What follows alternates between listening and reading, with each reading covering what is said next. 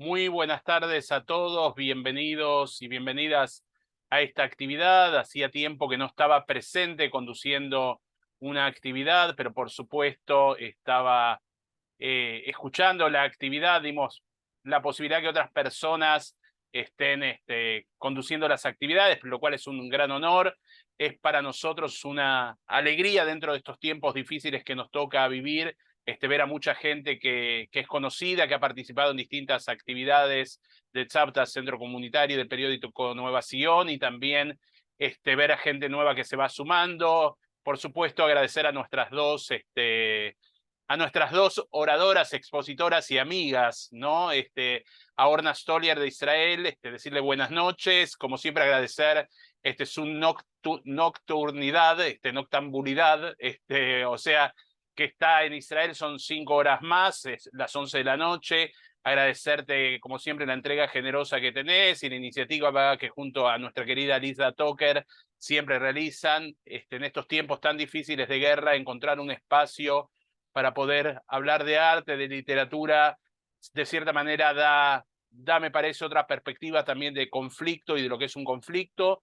En particular, esta actividad la queremos dedicar en homenaje a Haim Hayet, que falleció ayer, hoy fue enterrado en Israel, un líder del movimiento Meretz, de Shomer Hatzair, aquel que creó el departamento de Akshama, que yo fui parte de la Organización Sionista Mundial, un hombre nacido en Cuba, hizo alía desde La Habana, en realidad repatriado, tiene su pasaporte, porque en la época de la Revolución Cubana, Fidel Castro ponía a los que se iban a Israel repatriado. Tuvo la posibilidad de colaborar también con la alía rusa, con la alía cubana, tuvo la posibilidad de dirigir el departamento de Akshama en su momento, ser un titular de la Organización Sionista Mundial, lo que dio el acceso a los jóvenes a los distintos congresos. Así que en memoria de él vamos a dedicar esta actividad.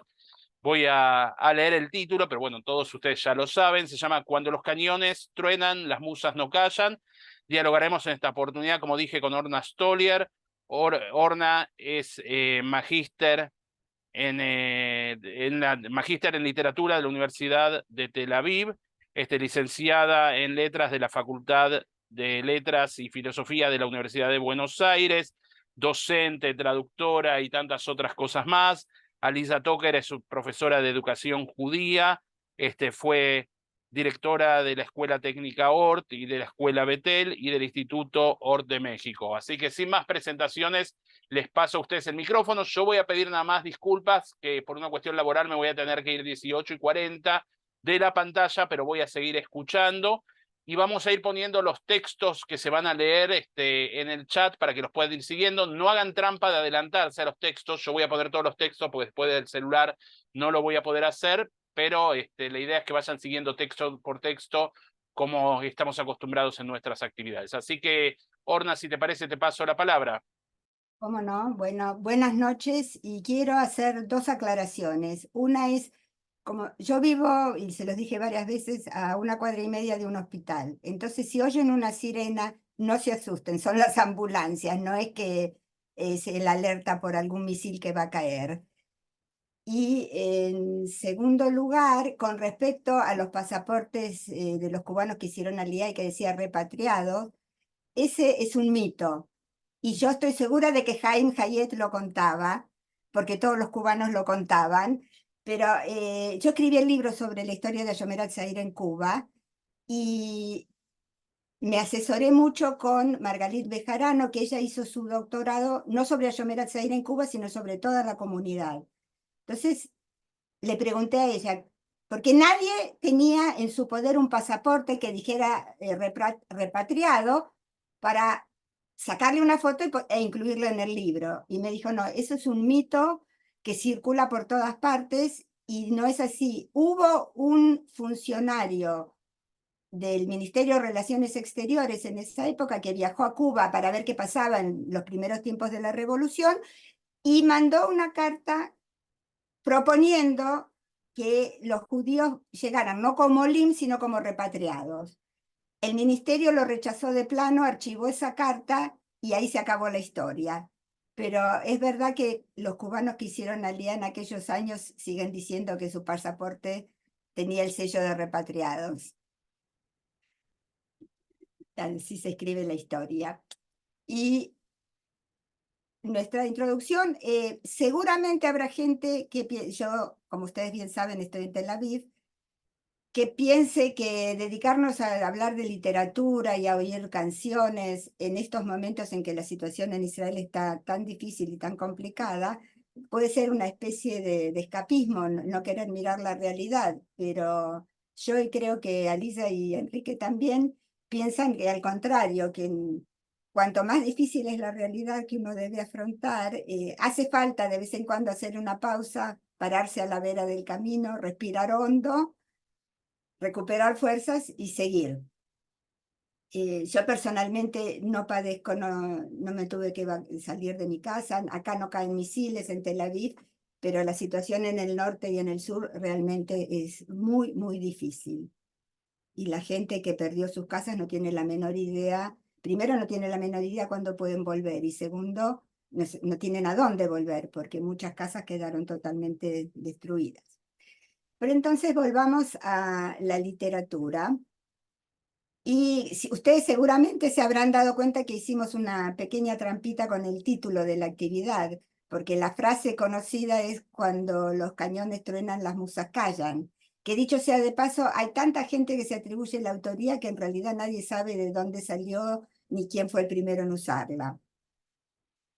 Y el arte, la literatura, como todas las artes, esas son frases que usábamos en nuestra época de estudiantes, es una representación simbólica de la realidad.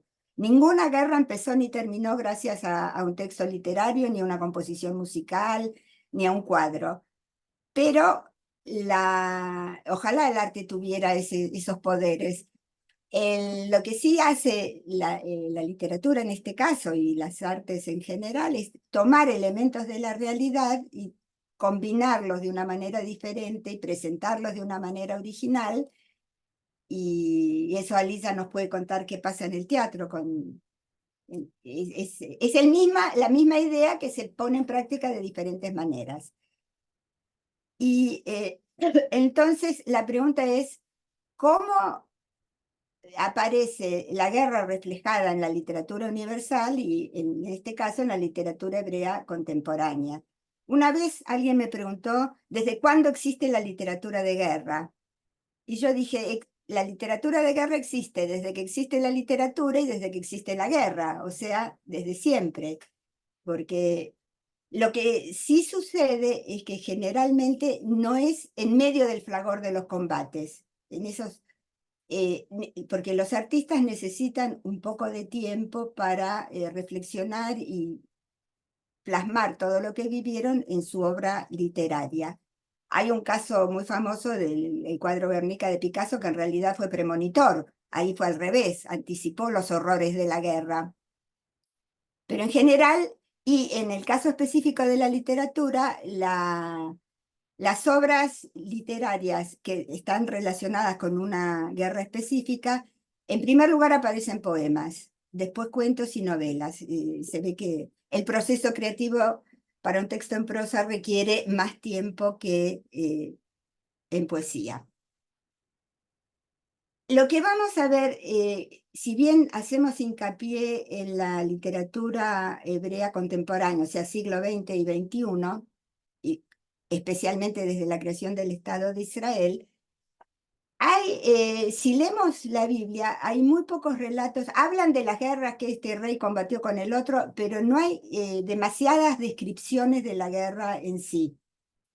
Lo que sí hay en el libro de los jueces es el cántico de Débora, la jueza que en momentos de guerra se transformó en comandante en jefe del ejército y dirigió los combates, y cuando la guerra acabó con el triunfo de los judíos, se sentó a la sombra de un árbol a juzgar al pueblo, porque esa era en realidad, era profetisa, pero básicamente era la jueza, la asesora, la consejera.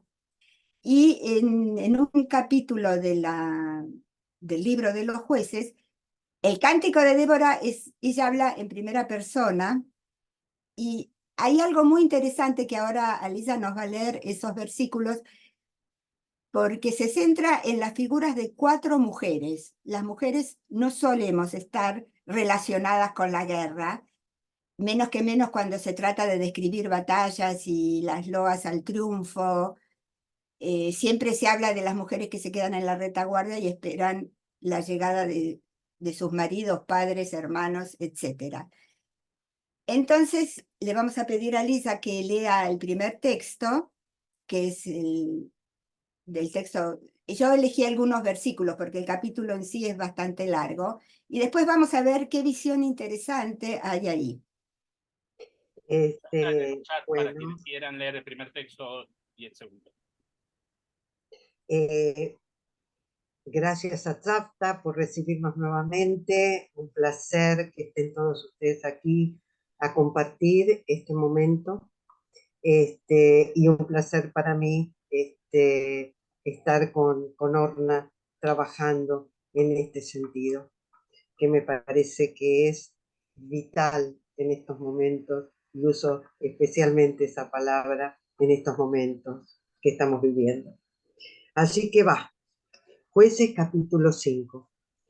En tiempos de Samgar, hijo de Anat, en tiempos de Yael, las caravanas no viajaban, los viajeros tomaban caminos apartados.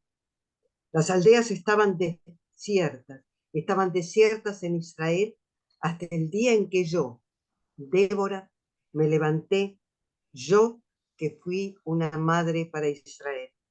Bien, hagamos acá una pequeña pausa. Y vemos que primero está escrito en primera persona. Débora tenía muchas virtudes, pero no era particularmente modesta, porque dice, todo el país estaba en una situación de caos, de desorden, de descontrol total, hasta que aparecí yo, que fue la que condujo al pueblo a la victoria. Lo interesante es que dice, yo fui una madre para Israel. O sea, a pesar de todo lo revolucionario y lo novedoso que es una mujer al frente de una guerra, ella se atribuye la función clásica y tradicional de las mujeres, es decir, soy la madre del pueblo. Sí, por favor, Alisa. Bendita sea Yael, la mujer de Heber Keini, bendita sea entre las mujeres, bendita sea entre las mujeres que viven en tiendas. Él pidió agua, ella le dio leche, le ofreció leche cremosa en su mejor copa. Con una mano toma la estaca y con su derecha el martillo del obrero. Golpea a Sisra y le rompe la cabeza, le rompe y traspasa su sien. Se desploma a sus pies, cae, está allí tendido. Cayó a sus pies allí donde se desplomó, está muerto. Sí, esta es una descripción de una crueldad terrible. Y a él, lo interesante, y a él que es la que mata a Sisra, el jefe de los ejércitos enemigos, no es judía. Y sin embargo, en la Biblia, en el Tanaj, hay pocos personajes femeninos que ocupen un lugar protagónico. Y acá se le da un lugar preponderante que en realidad ella fue la que logró la victoria, porque al matar al jefe de los ejércitos enemigos, los soldados se desbandan. Y hoy en día, Sí. no, hoy en día es un nombre muy común en Israel. Y nadie recuerda que era una mujer no judía. Y acá hay algo interesante, ¿no? Como decías, Débora, ¿no? Madre de Israel. De alguna manera, como un intertexto, ¿no? Es decir, esta mujer que le ofrece la leche en la mejor copa, es decir, hay algo de seducción para que Sisra acepte, ¿no es cierto?, para que ella cumpla con su misión, Ella ¿no? lo adula para que él se siente irresistible, y entonces le da leche caliente que supuestamente es sedante o un somnífero, y cuando él duerme le clava una estaca en la sien y la cabeza se rompe. Sí, es una imagen realmente muy violenta. La madre de Sisra se asoma a la ventana, observa a través de la celosía. ¿Por qué, dice, tarda tanto en volver su carro? Qué lentos son sus carros para volver. La más viva de sus mujeres le responde, y ella misma se lo repite. Se están repartiendo el botín, una cautiva, 2 cautivas para cada guerrero, paños de color para Sisra bordados para su vuelo. Y acá tenemos dos mujeres. Y es muy interesante el punto de vista de quien narra la historia.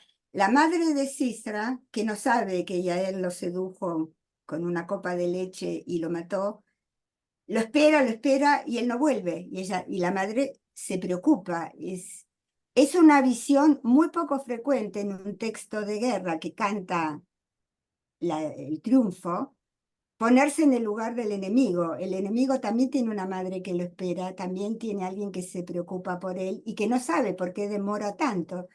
Y una de sus mujeres es una de las criadas, entiende, se da cuenta de lo que pasó, entonces trata de calmarla, le dice, no, está muy ocupado repartiendo el botín, ya va a venir. O sea, cada mujer tiene acá asignada otra función en un solo relato que ocupa un capítulo y que tiene al mismo tiempo la crueldad de la guerra, de matarlo con una estaca en la cabeza, por otro lado, la visión de que aún el peor enemigo tiene gente que lo quiere y que se preocupa por él, y que en definitiva en esa situación tan difícil para los judíos son las mujeres las que salvan la situación. No es la visión habitual de la literatura bélica. No, y acá justamente, fíjate, madre de Israel y la madre de Sisra, ¿no? Claro. Es ponerse, como decías, en el lugar del otro. E Israel tiene una madre que es Débora, y Sisra, que es el enemigo, también tiene una madre.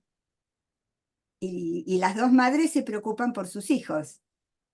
No es la visión habitual de la literatura de guerra que, o está la literatura triunfalista que recuerda las victorias, lamenta las muertes y la destrucción, pero todo es en aras de la patria. Yo no sé si ustedes recuerdan, cuando yo iba a la escuela primaria nos hacían aprender el himno nacional de memoria, pero entero, la versión completa, que es larguísima, y hay una larga serie de nombres de batallas y de descripciones de todo lo que pasa en esas batallas. Y acá no, acá es mucho más, el relato bíblico es mucho más escueto, deja mucho más lugar a la imaginación y a la interpretación. Y ahora vamos a dar un pequeño salto en el tiempo y llegar a la época de la Guerra de la Independencia de Israel, en 1948. Hay un poema muy famoso de Alterman, del que habíamos hablado, de Alterman habíamos hablado en otro encuentro hace bastante tiempo, que se llama en hebreo Magasha Kesef, la bandeja de plata. La guerra de la independencia fue larga, fue difícil. Israel en ese momento prácticamente no tenía nada, ni dinero, ni armas, ni un ejército bien organizado. Y como siempre, los soldados que van al frente son los más jóvenes y son las principales víctimas.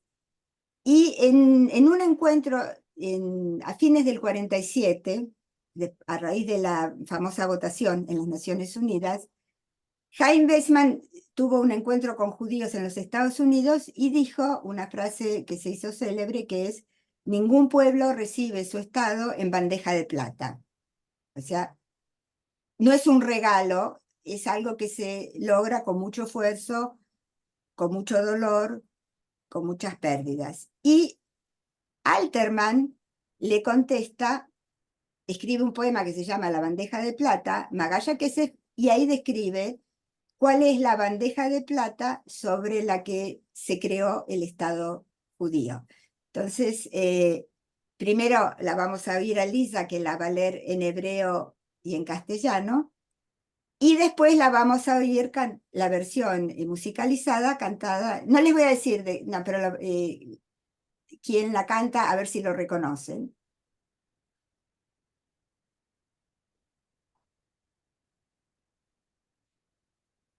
Magalla Kesef.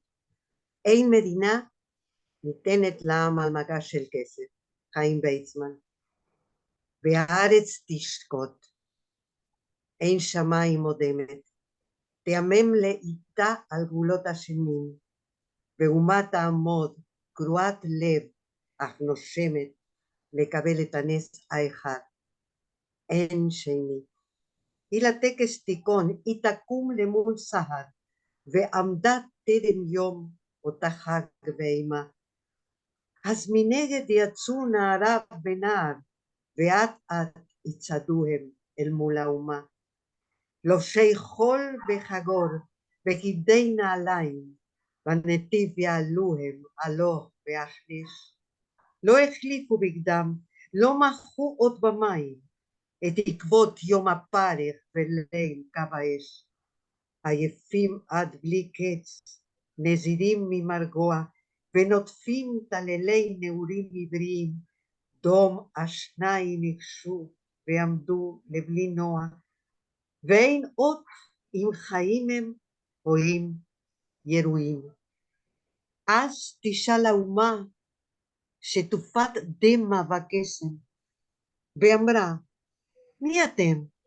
והשניים שוקטים, יענו לה, אנחנו מגש הכסף, שעליו לך ניתנה מדינת היהודים.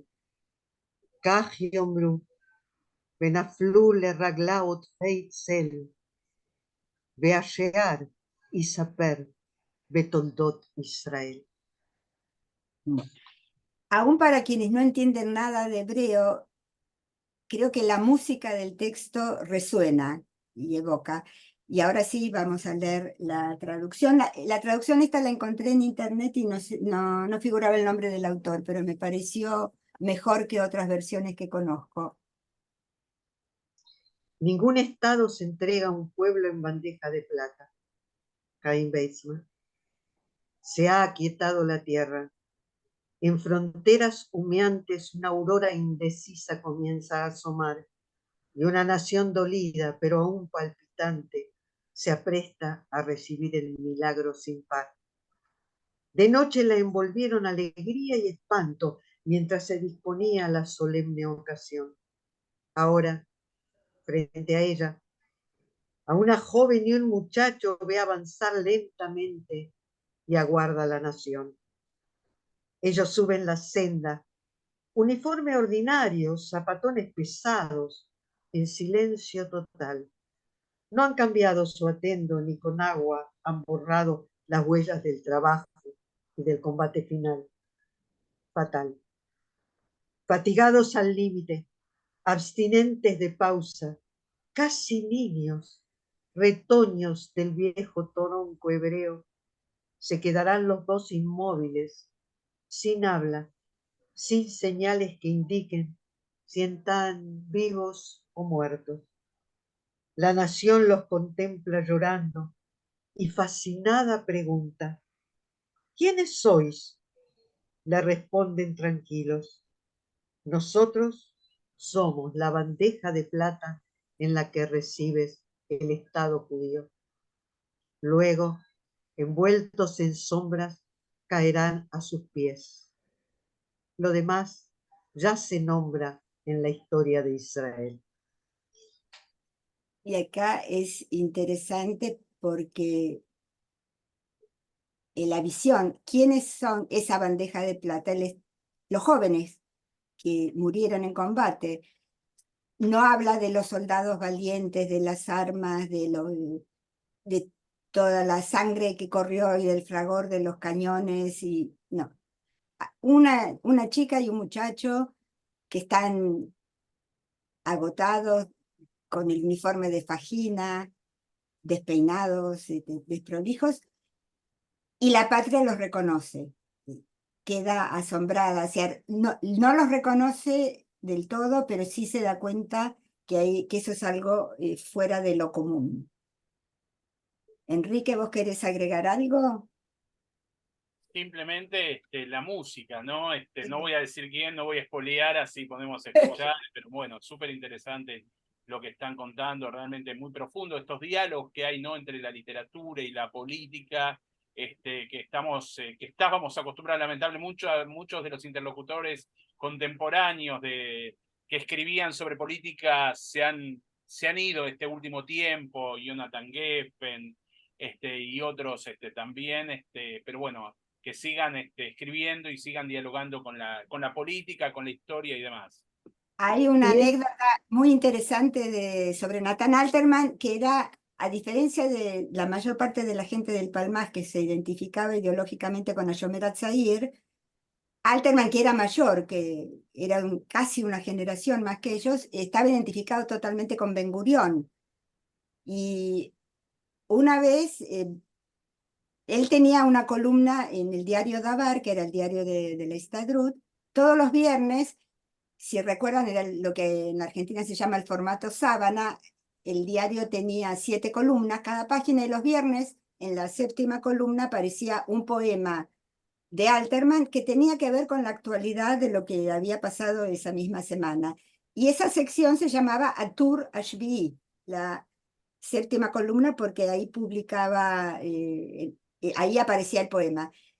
Y decían que, no sé si la anécdota es real o no, pero representa una época y una concepción.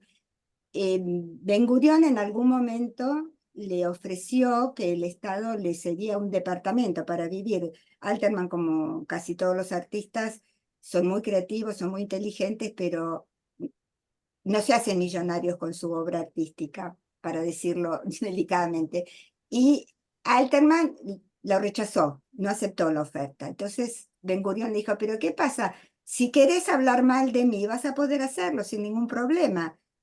Y Alterman le contestó, no, pero yo tengo miedo de que no voy a poder decir cosas buenas, porque van a decir que me sobornaste para que las diga. Entonces no aceptó la casa, que lamentablemente... A mí me parece muy interesante, ¿no es cierto?, lo que hace Alterman con la frase de Batesman, ¿no? Sí. Ese contrapunto.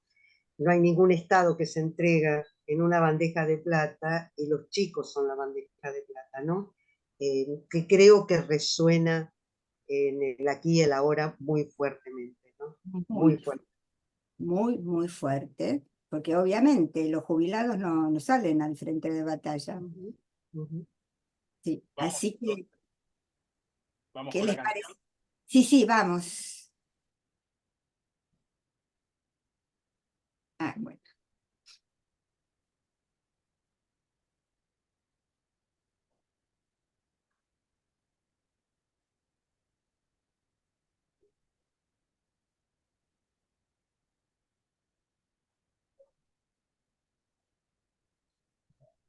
No hay sonido.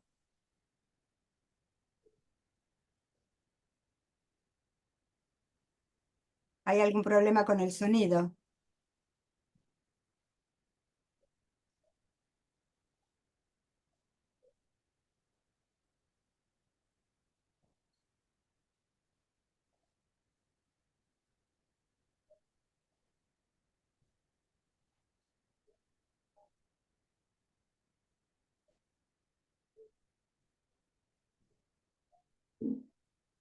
את מגש הכסף.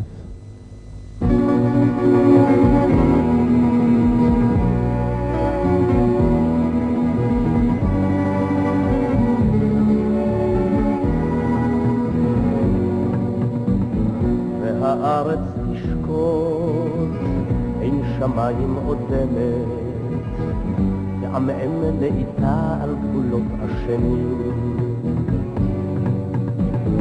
ואומה תעמוד, קרועת לבך נושמת, לקבל את הנס האחד אל שני. היא לטקס תיכון, היא תקום למול סער, ועמדה למולם אותה חג ואימה. אז מנגד יצאו נערה ונער, ואט אט יצעדו הם אל מול האומה. לובשי חול וחגור, וחיבי נעליים, בנתיב יצעדו הם הלוך והחרש. לא החליפו בגדם, לא מחו עוד במים, ותקוות יום הפרח בליל קו האש. עייפים עד בלי קץ, נזירים ממרגוע, ונוטים תללי נעורים עבריים. נום השניים ייגשו, ועמדו לבלי נוע, ואין עוד אם חיים הם או ירויים.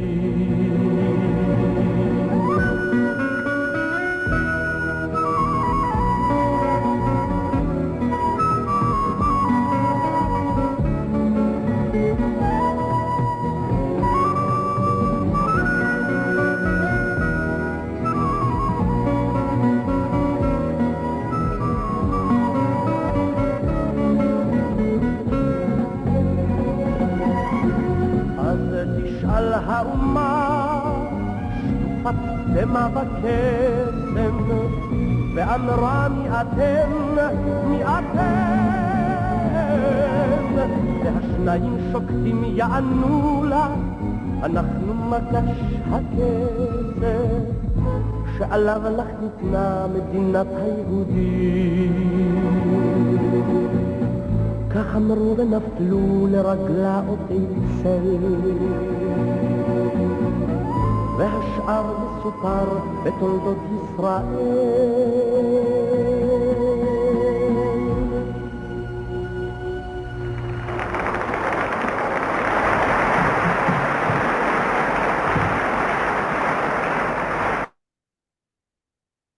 Bueno, me imagino que lo habrán reconocido, ¿no?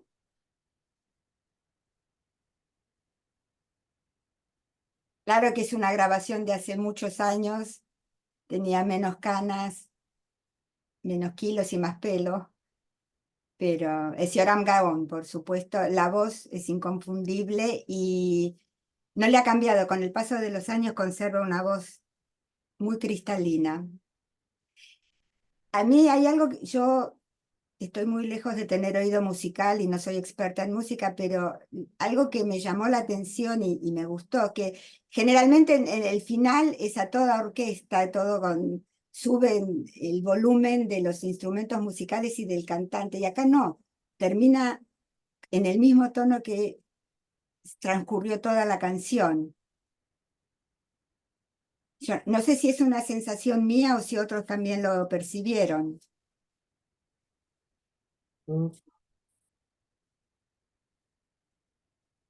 ¿Sí querías decir algo, Elisa?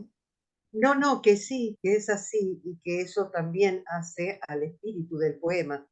Exacto. Es decir, no para terminar rimbombante, sino para terminar como en ese mismo tono, ¿no? Sí, el hecho de que los dos soldados van con el uniforme de fajina, ni siquiera se lavaron la cara ni se sacaron el barro de las botas. Porque esa es la realidad en la que vivían. Y ahora vamos a pasar a un cuento que también es de esta misma época y que en su momento pasó bastante desapercibido, pero en antologías todavía se los puede encontrar. El autor es Dan Ben Amos, que en ese entonces era un soldado joven, del Palmaj, por supuesto, que escribe un texto, podríamos decir, tiene algunos elementos surrealistas. El cuento se llama El cuento del camello y la victoria, que ya es un título que despierta mucha curiosidad, porque las victorias militares no suelen asociarse con camellos, sino con caballos o en la antigüedad con elefantes en algunos casos. Que habla de un soldado joven, está escrito en primera persona, es un soldado joven, todavía inexperto, que quiere saber qué es la guerra, quiere participar de alguna manera en la guerra, y de pronto uno de sus comandantes y otros dos compañeros le dicen que vayan, que se suba al jeep, que vaya con ellos, y de pronto ven un camello que pasa por las dunas del desierto, un camello hermoso.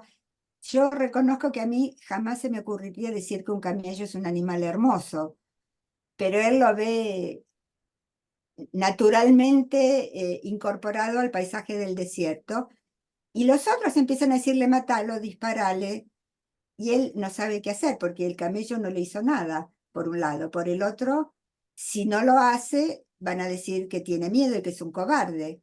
Entonces, vamos a ver ahora, elegimos algunos fragmentos y ahí vamos a ver, yo no les digo si lo mata o no lo mata finalmente.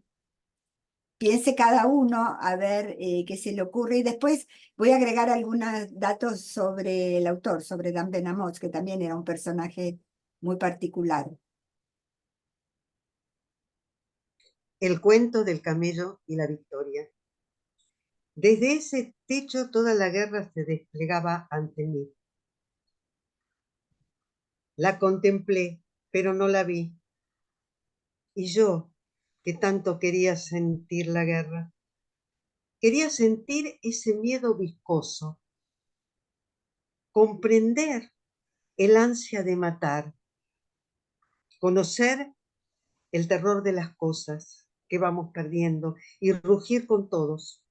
Hemos vencido, pero no conocí nada de eso. Cargué el fusil y apunté con cuidado hacia uno de los cactus cercanos. A su derecha, a unos 250 metros, pastaba un camello joven. Andaba con su eterna calma entre esos grandes odios, con esa cascada de instintos intensos hasta el horror, y rumiaba como sabiéndolo todo. De vez en cuando inclinaba el cuello noble, demorando la cabeza entre el pasto verde y alzándola hacia el cielo que yo conocía tan bien. Ese camello, el camello de las lejanías, era hermoso. Pégale al camello, es un blanco excelente, sugirió el capitán sin sonreír. Bajé el fusil y después de un momento me lo volví a acomodar sobre el hombro. Sabía que no podía rehusarme. Temía que mi negativa fuera interpretada como temor, sencillamente miedo. Tan solo quien ha matado por lo menos a una persona puede negarse a matar un camello. Pensé también que muy dentro de mí yo quería disparar a un blanco vivo, tal vez para contemplar esa brusca transición de la vida a la muerte, o quizás para elevarme más cerca de las determinaciones de Dios y saber que un ser humano como yo puede dictaminar la muerte de alguien por su solo pensamiento o con el mínimo movimiento de un dedo. Realmente, con el movimiento de un dedo. Si hubiese sido mejor, aunque más no fuera un poco, o si no hubiese sido tan nuevo y tan extraño a todo ese panorama bélico, tal vez habría dicho no, pero tenía miedo de que me dijeran sensible. No quería que me llamaran así.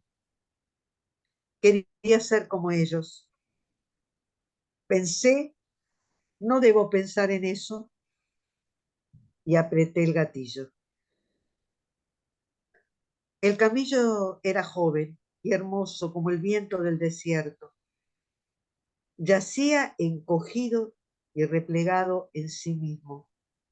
Las patas estaban recogidas sobre el pecho y la cabeza apoyada sobre el pasto. No vi rastros de sangre.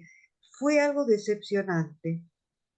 Tan solo en sus ojos abiertos noté el terror de la certeza de la muerte inminente. Brillaban con una luz muy fría. En ellos se reflejaba el cielo inmenso y los cactus verdes y el horizonte y las casas blancas y el jeep y sus dos hombres silenciosos.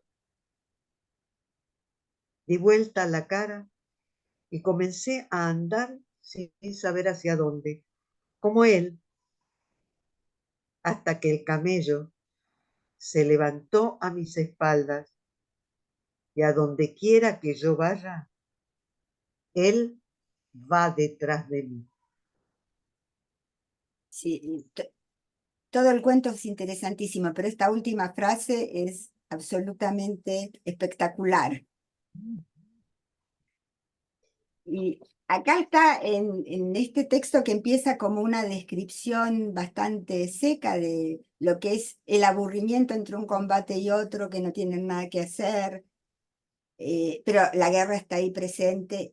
Hasta después el camello que aparece, él es la figura natural en ese paisaje, y finalmente le dispara para que no piensen que tiene miedo. Y el final ese, cuando el camello se levanta y lo persigue a cualquier lado que vaya, o sea, ¿qué es lo que lo persigue? La guerra, la muerte, el hecho de haberle dado muerte a alguien. Y antes dice algo muy irónico, cuando dice, quien ha matado por lo menos a una persona, puede negarse a matar un camello, cuando lo lógico sería que le preocupe más matar a una persona que a un camello.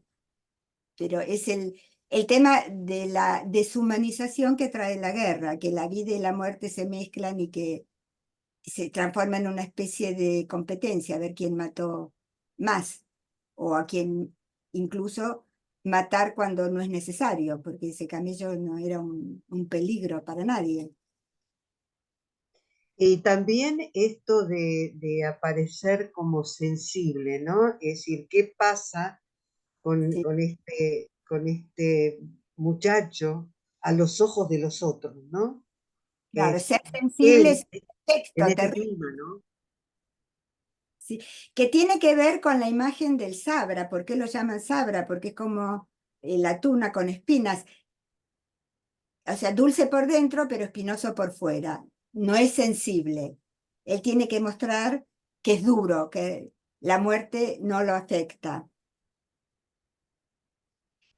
Ahora creo que queda más claro por qué este cuento no está muy difundido, no forma parte de la gran mayoría de las antologías que hay de aquella época. Dan Ben Amotz era un personaje que yo creo que se anticipó a su época. Él había nacido en Polonia y llegó a Israel como adolescente en el 38, sin su familia. Estudió en esa época era el Kfar Anoar, las aldeas juveniles, como tantos otros chicos que habían llegado de Europa. Y siempre fue no solo un rebelde, sino un provocador. Era el que se vanagloriaba de sus aventuras con las mujeres, que hablaba, tenía un dominio realmente asombroso del hebreo, escribió varias novelas que están muy bien escritas, pero digamos que no pasaron no forman parte del canon literario israelí.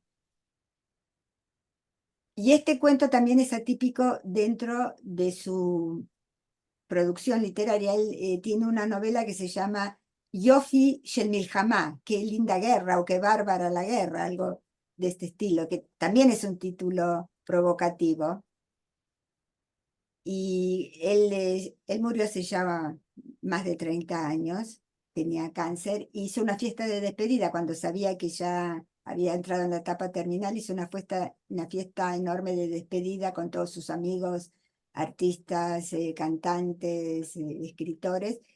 Todos lloraban y el único que estaba feliz y contento era él, por lo menos eso era lo que demostraba. Y así como en su momento le gustaba generar escándalos para llamar la atención. Y hoy en día está casi olvidado.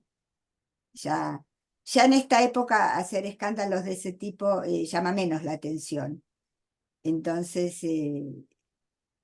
no, y por supuesto que un gobierno de derecha se puede escandalizar por alguien que hace alarde de sus aventuras sexuales o que insulta en público a todas las figuras más respetables, entre comillas. Y ahora vamos a pasar a un viejo conocido nuestro, casi diría un amigo, que es Yehuda Mihai, que nosotros solemos recordarlo y reconocerlo como poeta, pero él también escribió varios cuentos y una novela. Y uno de los temas, tiene 3 o 4 temas que son recurrentes en su obra. Uno es la guerra, que es la visión de que aún quien gana la guerra pierde, tiene también pérdidas, sufrimientos, heridos, muertos y dolor, que la guerra afecta también a las personas que quedan en la retaguardia, los que no participan en los combates. La ciudad de Jerusalén, él nació en Alemania cuando la familia hizo alía antes de la Segunda Guerra Mundial. Vivieron un año en Petah Tikva y después en Jerusalén, y el resto de su vida lo vivió en Jerusalén, que se transforma en un tema central en su obra, tanto literaria como en prosa. Y la figura del padre, que murió relativamente joven, y la figura de la madre. Y acá tenemos un poema muy breve, escrito en la época de la Guerra de la Independencia y dedicado a uno de sus amigos que murió en la guerra, en un combate. Y después vamos a leer un fragmento de un cuento que se llama Las muertes de mi padre, y ahora después vamos a ver por qué no habla de la muerte de mi padre, sino de las muertes. ¿Qué significa que una persona muere más de una vez? Alisa, ¿querés Sí. leerlo, por favor? Geshem בשדה הקרב, לזכר דיקי. גשם יורד על פני רעי, על פני רעי החיים, אשר מכסים ראשיהם בשמיכה, ועל פני רעי המתים, אשר אינם מכסים עוד. Lluvia en el campo de batalla, en memoria de Dicky. La lluvia cae sobre los rostros de mis compañeros, sobre los rostros de mis compañeros vivos que se cubren la cabeza con una manta, y sobre los rostros de mis compañeros muertos que no se cubren más. Sí, esto es todo el poema, no es que yo elegí una sola estrofa. Y lo primero que nos llama la atención es el lenguaje tan escueto que no suena como poético a primera vista. Y sin embargo, hay un juego literario muy elaborado acá. Nosotros sabemos que Israel, desde tiempos inmemoriales, es una zona del mundo, está ubicado al borde del desierto.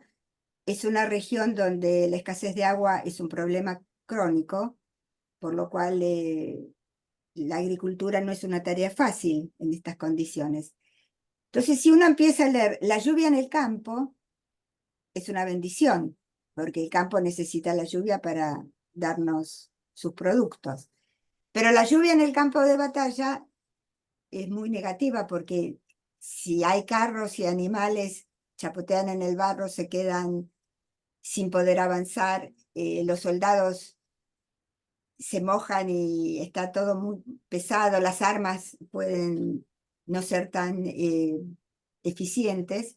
Entonces hay todo un juego continuo y él dice, ¿cuál es la diferencia entre los vivos y los muertos? Los vivos se cubren la cabeza con una manta y los muertos no se cubren nada. Ahora, si uno se cubre con una manta para protegerse de la lluvia, la manta absorbe el agua y no nos protege, se vuelve más pesada y está húmeda. Pero, ¿cuál es la diferencia entre los vivos y los muertos en este pequeño poema? Los muertos están totalmente desamparados, los vivos pueden al menos intentar protegerse. Y esa pequeña diferencia lo transforma casi en un texto filosófico. ¿Cuál es el sentido de la guerra? ¿Qué diferencia hay entre los que sobreviven y los que se mueren? Sin mencionar acá para nada ni a los vencedores ni a los vencidos, pero sí menciona a los amigos, a sus compañeros de armas. El tema de la fraternidad de los combatientes es un tema muy recurrente en la literatura de guerra y sobre todo en la literatura de la época de la Guerra de la Independencia en Israel. Un buen porcentaje de los combatientes eran miembros del Palmaj y uno de los temas básicos del Palmaj era la fraternidad, la hermandad, sentarse a la noche alrededor de la fogata y contar cuentos, los famosos chisbatim, que eran esos cuentos que son todos inventados y que todo el mundo los conoce y nadie cree que eso realmente haya sucedido, pero les gusta oírlos una y otra vez, porque les gusta la situación de compartir el calor de la fogata, de hacer un alto en los combates y estar con los amigos, que son los hermanos de las armas. Hay algo interesante, ¿no? Respecto a la palabra real, ¿no? Si a mí me parece que tiene esa carga mucho más que compañeros en el español, ¿no? Sí, claro, son los Amigos, amigos. claro, los amigos, lo que es entrañable, ¿no?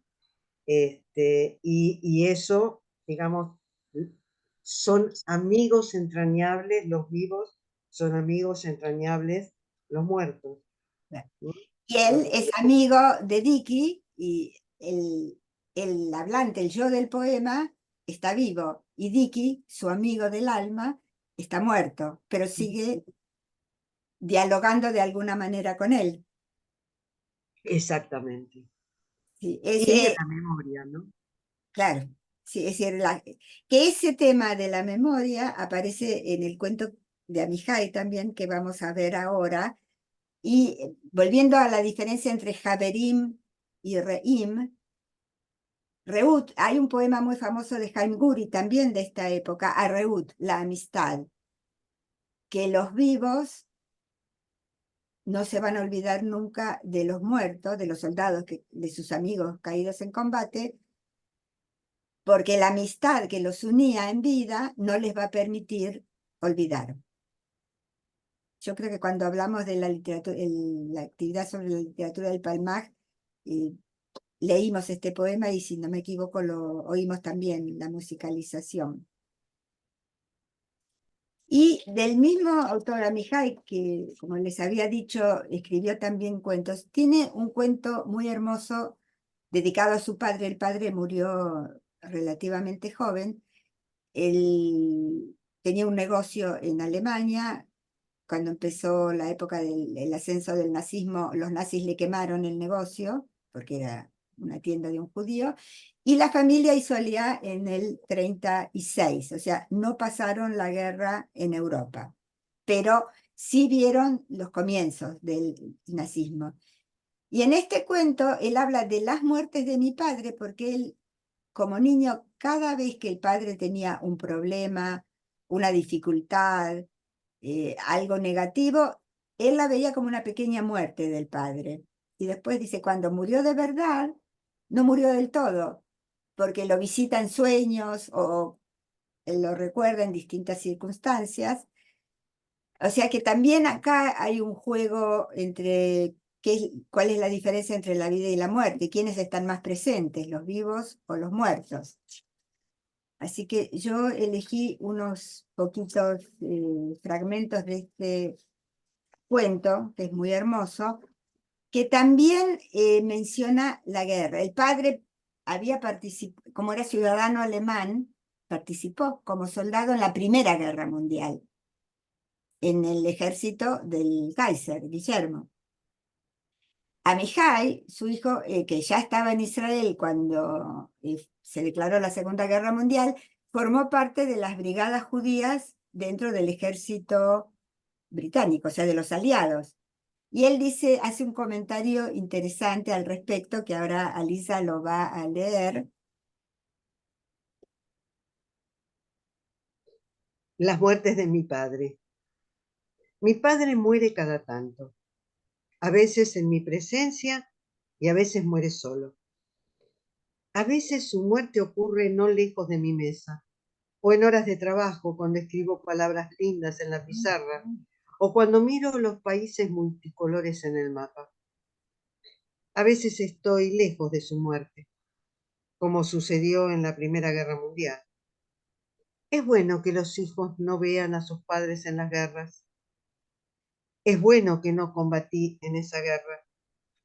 De lo contrario, nos habríamos matado el uno al otro, pues él vestía el uniforme del emperador Guillermo y yo el del rey Jorge. Y Dios puso entre nosotros un espacio de 25 años. Sus condecoraciones las puse en un cofre con las mías de la Segunda Guerra Mundial, por falta de otro sitio. Durante 4 años mi padre murió en la guerra. Cavó muchas trincheras. Le dijeron que el sudor ahora sangre. Perdón, ese es un error mío de tipeo. Era sangre. Que la sangre de soldados ahorra sudor de generales. Que el sudor de generales ahorra la sangre y el sudor de industriales y emperadores. Un sinfín de ahorros. Muchas trincheras cavó mi padre. Muchas fosas cavó para sí mismo. Solo una vez fue herido. Los otros proyectiles y las esquirlas no dieron en el blanco. Cuando murió de verdad, muchos años después, vinieron los proyectiles y las balas que no habían dado en el blanco. Se unieron y de una sola vez le despedazaron el corazón. Sí, a mí más lo leo y más me gusta este cuento. Y acá Hay algo, ¿no?, de lo que vos decías de, digamos, como el pensamiento filosófico que se une de alguna manera a lo lírico, ¿no? O a la música de las palabras, respecto a esa imposibilidad de huir de esta situación, ¿no? De una situación de guerra.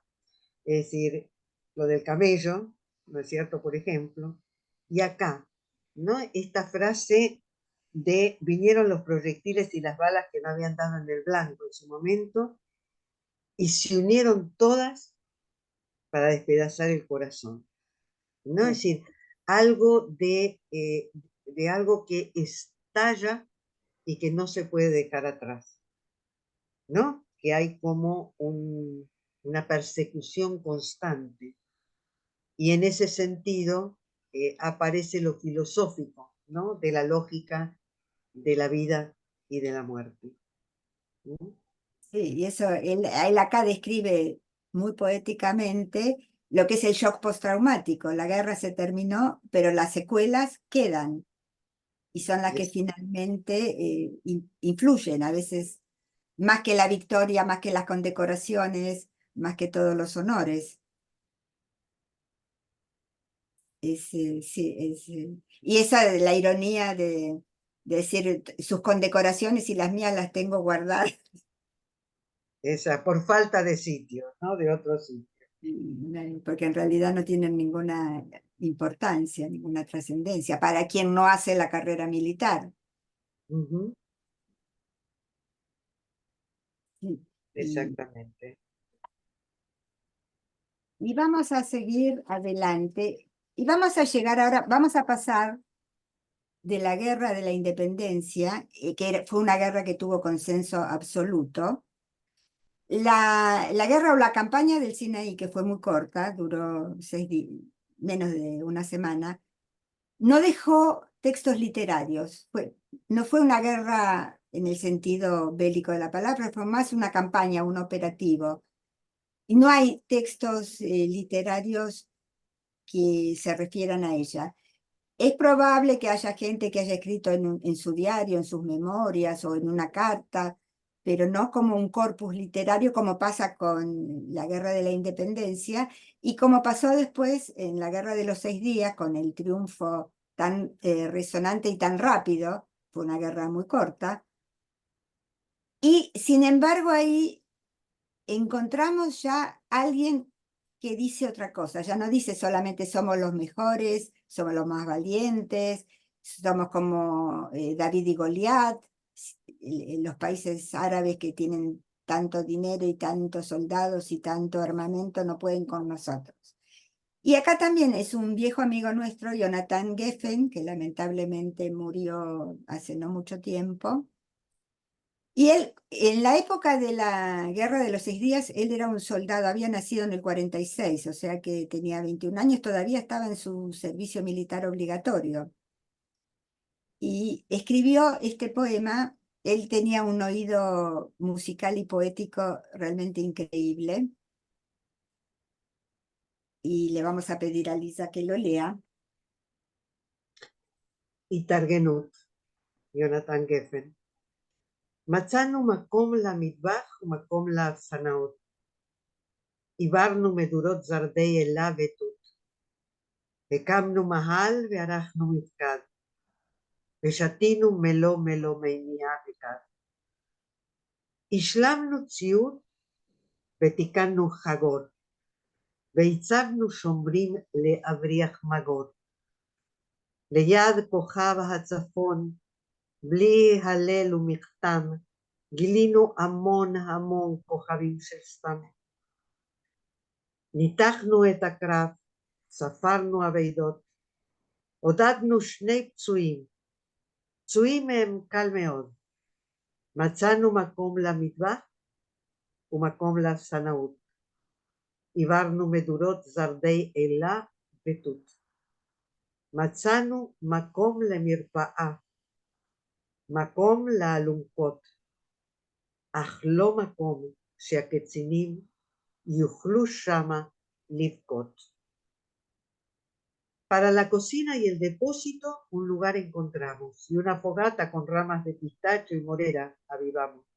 Instalamos un campamento y en formación nos dispusimos, y toda una cantimplora y una jarra entera bebimos. Completamos el equipo y una correa reparamos.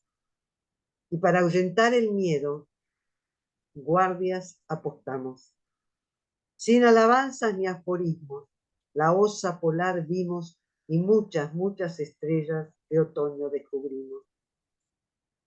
Analizamos el combate, las pérdidas contamos. A 2 heridos leves, muy leves, alentamos. Para la cocina y el depósito, un lugar encontramos, y una fogata con ramas de pistacho y morera avivamos. Para la enfermería y las camillas, encontramos lugar, pero no un sitio donde los oficiales puedan llorar. Todo el poema vale por la última palabra, porque es interesante. Acá también hace un juego muy elaborado, aunque parece una lista de un inventario. Está el lugar para esto, para aquello, para lo otro. Un ejército, una de las claves del éxito es que tiene que ser todo muy ordenado y muy sistemático. Cada cosa en su lugar para que ningún imprevisto los sorprenda, como pasó acá en Israel en octubre. Y finalmente, ¿qué es lo único que les falta? Lo único que no encontraron: un lugar para llorar. Porque por más que sea una guerra corta, con relativamente pocas pérdidas, con un triunfo que fue totalmente inesperado, pero también los soldados, y sobre todo los oficiales, que son los que dan las órdenes, necesitan llorar porque no son soldaditos de plomo, son seres de carne y hueso. Y tal vez eso es lo que hace que el ejército, que la calidad humana reemplace la escasez de... Israel siempre fue un país con muy pocos habitantes. Y acá también hay toda una reflexión: cuál es la función del ejército, qué se tiene que hacer, qué tiene que hacer alguien que esté en el ejército.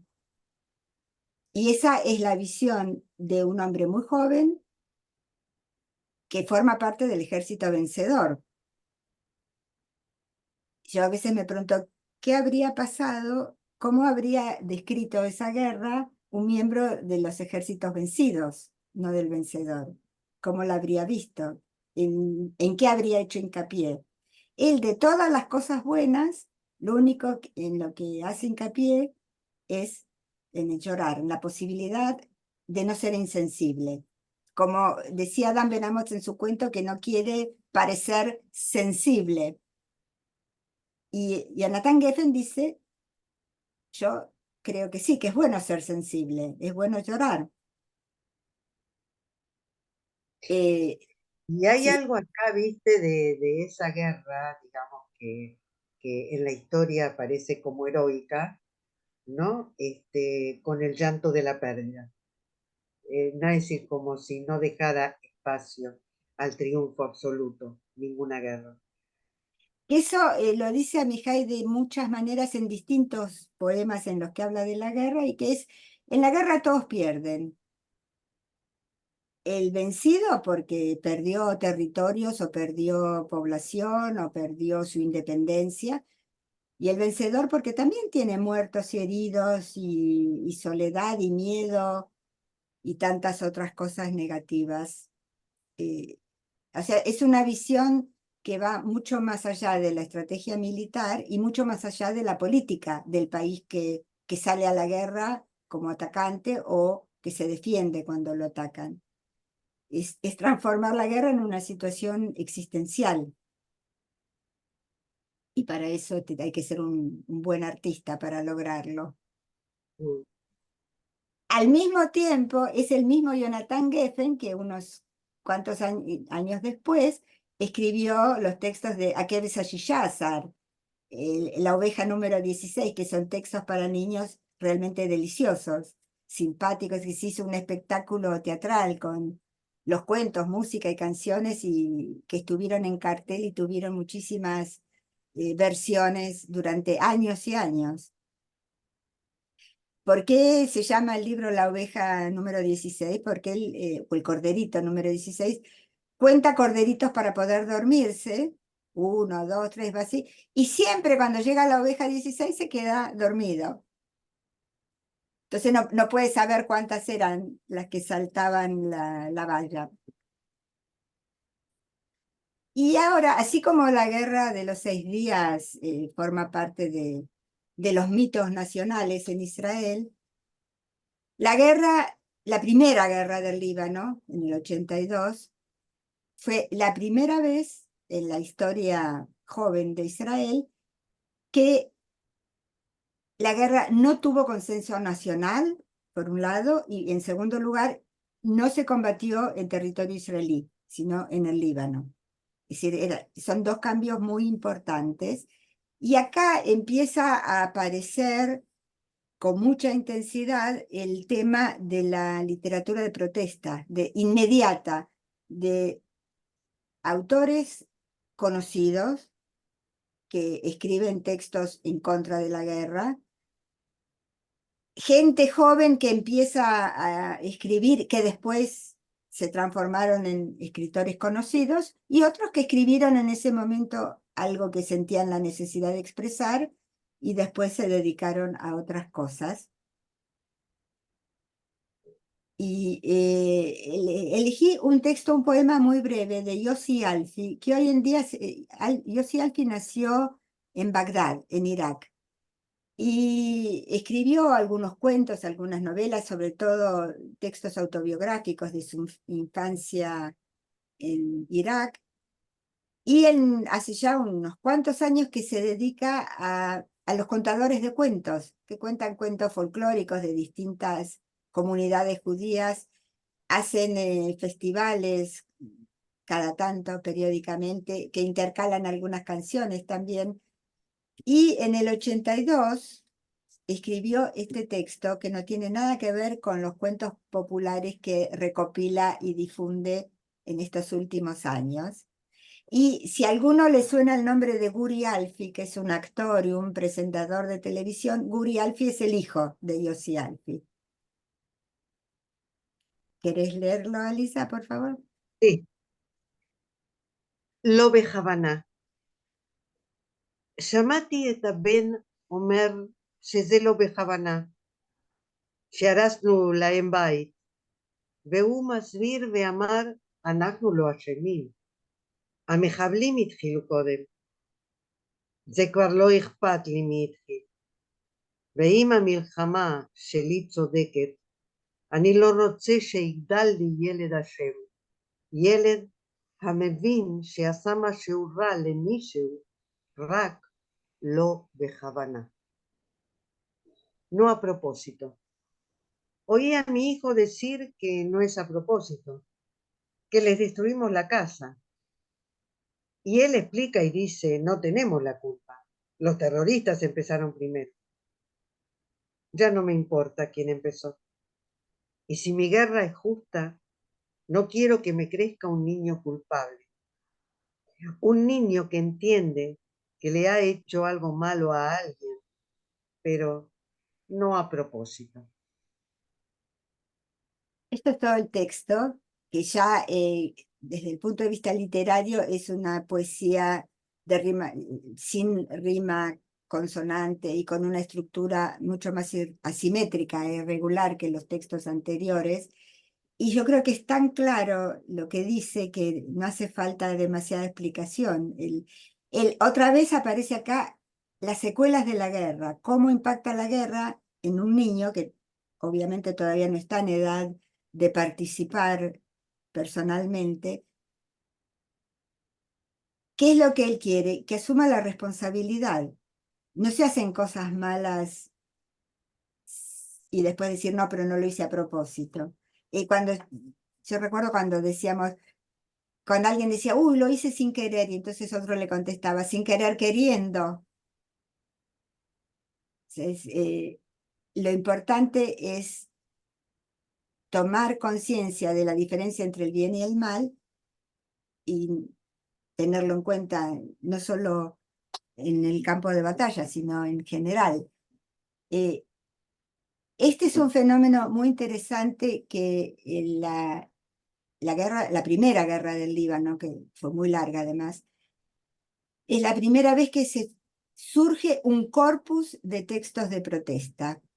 Algunos autores como Dan Paguis o Dalia Rabikovich, que ya eran conocidos y reconocidos, que escriben textos muy diferentes de los que solían escribir antes, y otros que no eran tan conocidos. Incluso a los pocos meses de empezada la guerra salió una antología de textos de protesta. Yo no recuerdo ahora dónde lo tengo, pero la guerra empezó en junio y en noviembre ya se recopiló esta colección de poemas, que de ahí saqué yo este texto, y se publicó. O sea, en esa época que era previa a las computadoras, la edición y publicación de un libro llevaba mucho más tiempo que ahora, porque no existían los medios digitales. O sea que se hizo en un tiempo relámpago para lo que eran los procesos de edición no hace tantos años, son 42 años.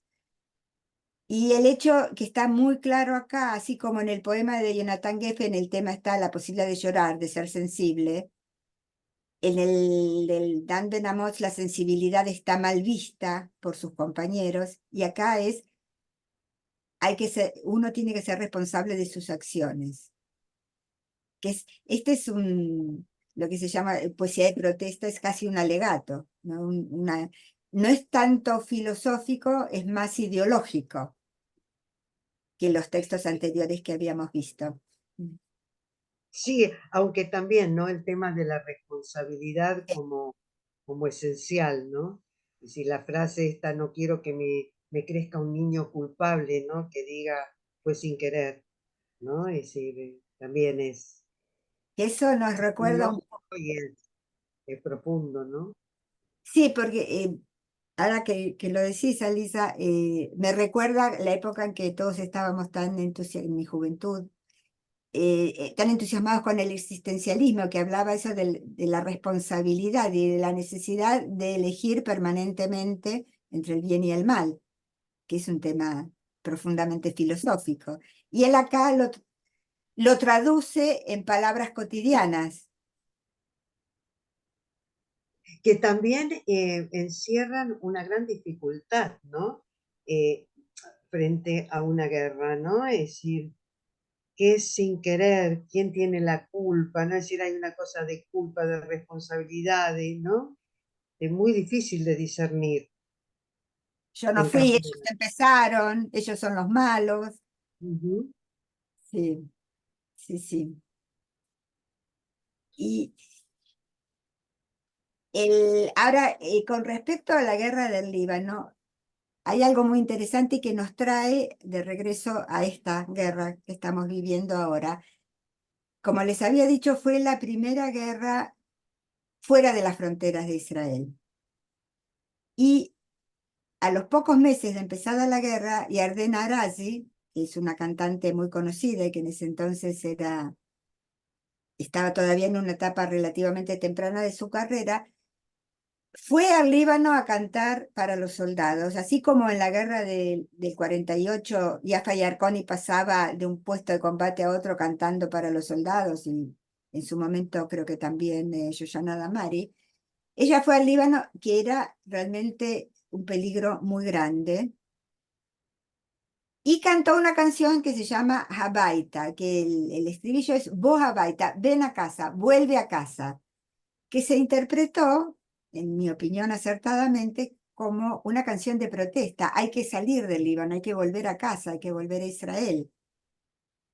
Y eso hizo que una buena parte de la población israelí la aplaudiera y otra buena parte la criticara muchísimo. Ahora, en esta guerra que empezó ahora, en muchos programas de radio o de entrevistas, se pasa esta canción como cortina musical. A Baita, que vuelvan a casa, no tienen nada que hacer los soldados que están en Gaza. Como la gente que hoy en día es joven, no todos conocen la historia de la canción, pero los que somos un poquito más viejos, la reconocemos enseguida. Además, se habló mucho de ese tema. Y para terminar, y que no sea un encuentro demasiado pesimista, elegimos una canción, otra vez volviendo al 48, que es una canción de esperanza, que seguramente muchos la conocen y la van a reconocer, y las invitamos cuando pasemos el video a cantarla. Se llama Henefshar, es posible, o sea, es posible que llegue el día en que la guerra se termine y cada uno vuelva a su casa. De Chaim Hefer. אין אפשר.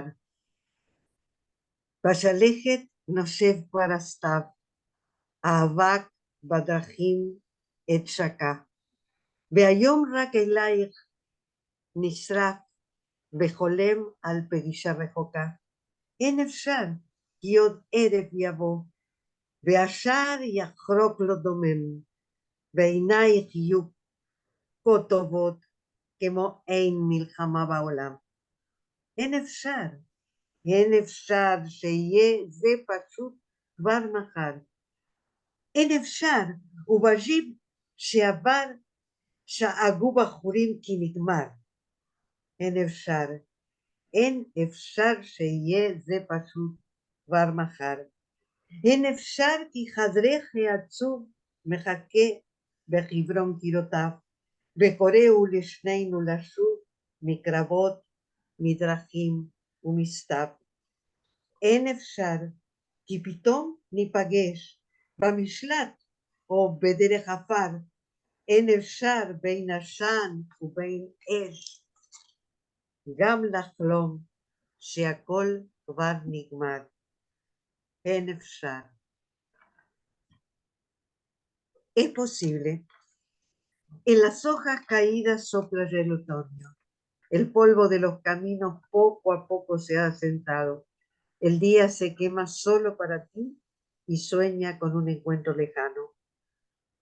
Es posible que llegue otro atardecer y que todavía en silencio cruja la puerta.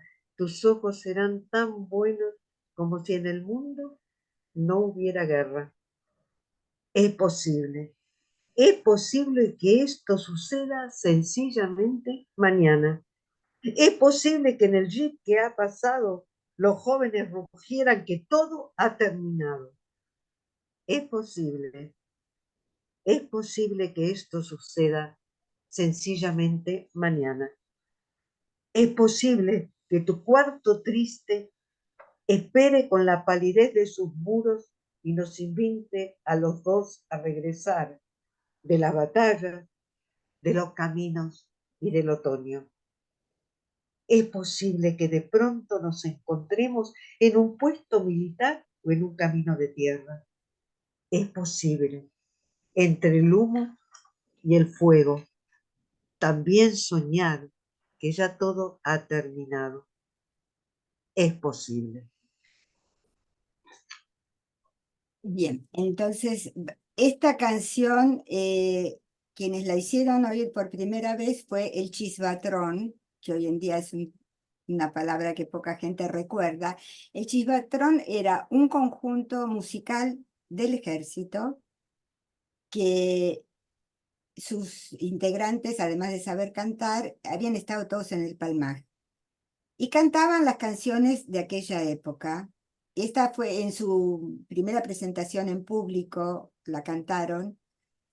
El conjunto se disolvió en 1950, o sea, apenas terminada la guerra. Eran otros tiempos en los que el ejército, además de dar instrucción militar, tenía grupos de canto, de baile, tenía una editorial que publicaba no solo temas estratégicos, una editorial que se llamaba Tarmil, o sea, la mochila, que eran libros de bolsillo para que los soldados, que se les regalaban a los soldados para Pesaj o para Rosh Hashanah, para que cultivaran su espíritu también. Y ahora vamos a ver quién, después del Chisbatrón, yo traté de buscar alguna, si encontraba en YouTube un video con el Chisbatrón original, pero encontré uno, pero es una grabación obviamente de aquella época, es muy mala y la banda de sonido es muy, muy difícil. Entonces, vamos a oírla, si es que logro compartir la pantalla, y a fallar Connie, que ella iba realmente de lugar en lugar cantando. La versión esta ya es de unos cuantos años después de terminada la guerra, y ella canta con un grupo de chicos en algún espectáculo musical. Así que vamos a ver.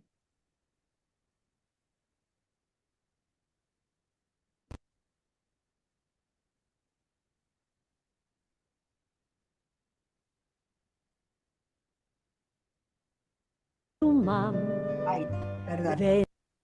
בשלכת נושב כבר הסתיו, האבק בדרכים עד שקע, והיום רק אלייך נשרף, וחולם על פגישה רחוקה. אין אפשר כי עוד ערב יבוא, והשער יחרוק לו דומם, ועינייך יהיו כה טובות, כמו אין מלחמה בעולם. אין אפשר כי חדרך העצוב מחכה בחברון קירותיו, וקוראו לשנינו לשוב מקרבות, מדרכים ומסתיו. אין אפשר כי פתאום ניפגש במשלט או בדרך עפר, אין אפשר בין עשן ובין אש גם לחלום שהכל כבר נגמר. אין אפשר שיהיה זה פשוט כבר מחר, אין אפשר ומשהו שעבר שהרגו בחורים כי נגמר. אין אפשר שיהיה זה פשוט כבר מחר.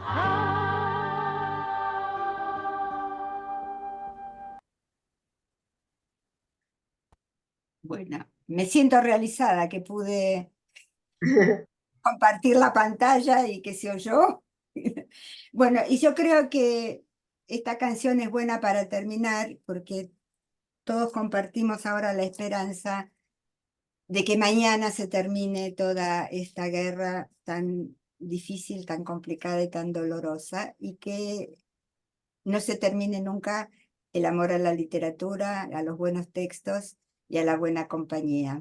Y yo ahora les hago una confesión muy personal y que a mí también me hace bien por un rato desentenderme de las noticias y no saber cuántos soldados cayeron. No, no es porque no me interese, sino me voy a enterar dentro de un rato, pero hacer una pausa y ocuparme de algo que realmente me causa placer y es una especie de bálsamo para el alma.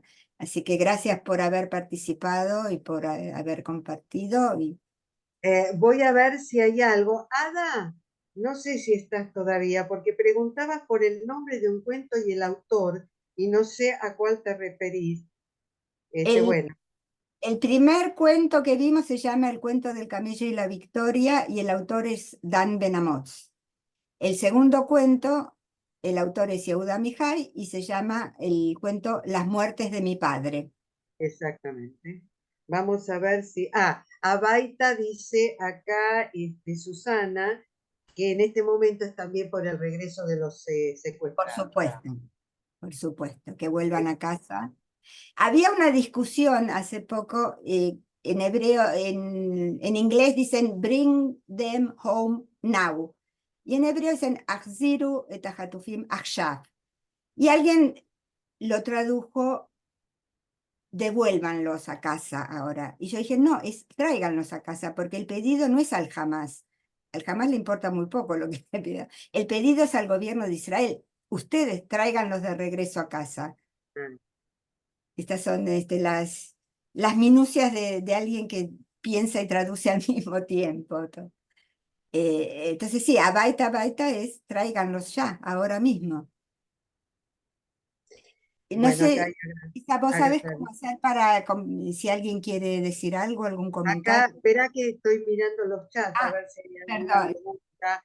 Acá hay, bueno, agradecimientos. Gracias, Ruth, a vos también por estar.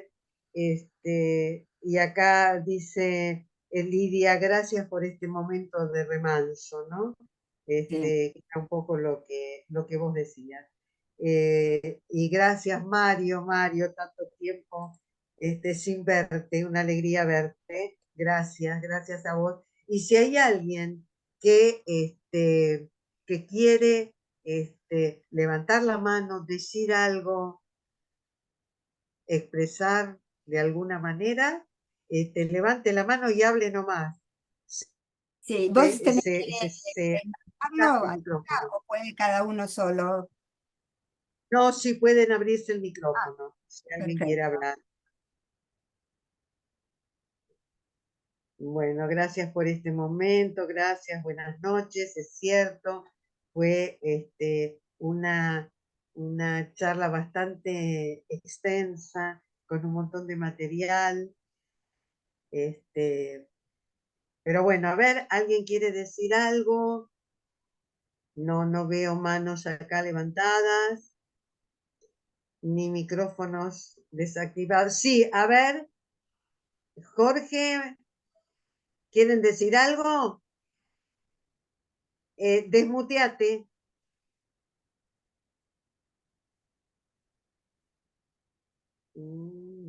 A ver si yo puedo desmutear.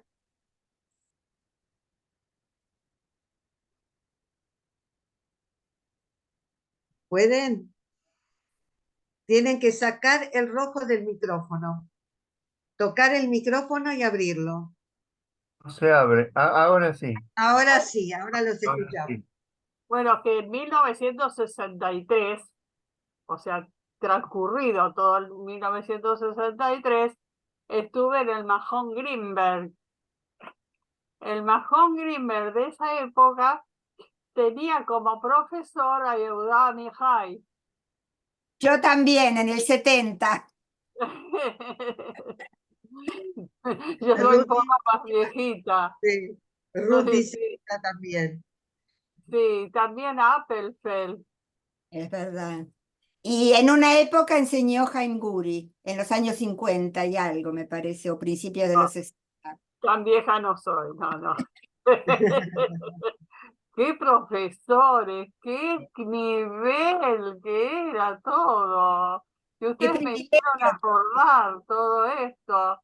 Yo después seguí estudiando, soy abogada, qué sé yo, mucha historia, pero ese Mahón caló hondo en nuestra vida. Uf, muy hondo, muy hondo. Sí, Sí, qué bueno reencontrarse con esos textos sí, y con sí, esos autores. sí, y con ustedes. Gracias. Bien, a ver, ¿alguien más? No quiero dejar a alguien que quiera hablar sin la palabra.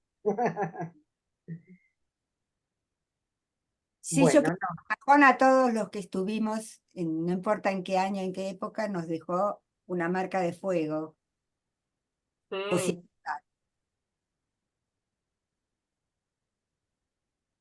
y cómo estaba qué acercamiento había, ¿no es cierto? Con sí, con esos autores, con esos personajes, sí, ¿no? Que no tenían sí, para nada sí. una cosa de... Una humildad a prueba de todo. No, no.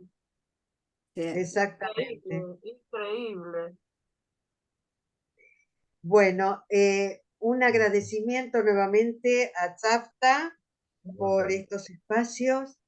Nosotros esperamos realmente, como dijo Orna, ella sintiéndolo mucho más in situ, tener un espacio para poder compartir y compartir desde otro lugar, entendiendo la angustia que es una guerra, ¿no? La angustia, el dolor, la muerte. Pero también con esta canción final, apostar a la esperanza y a que esto realmente sea ya mañana, ¿no? Que sea posible y que termine mañana. Ojalá así sea. Muchísimas gracias por haber estado y habernos acompañado. Gracias por habernos encontrado con los conocidos y no tanto. Y bueno, veamos en algún otro momento otra posibilidad más para vernos.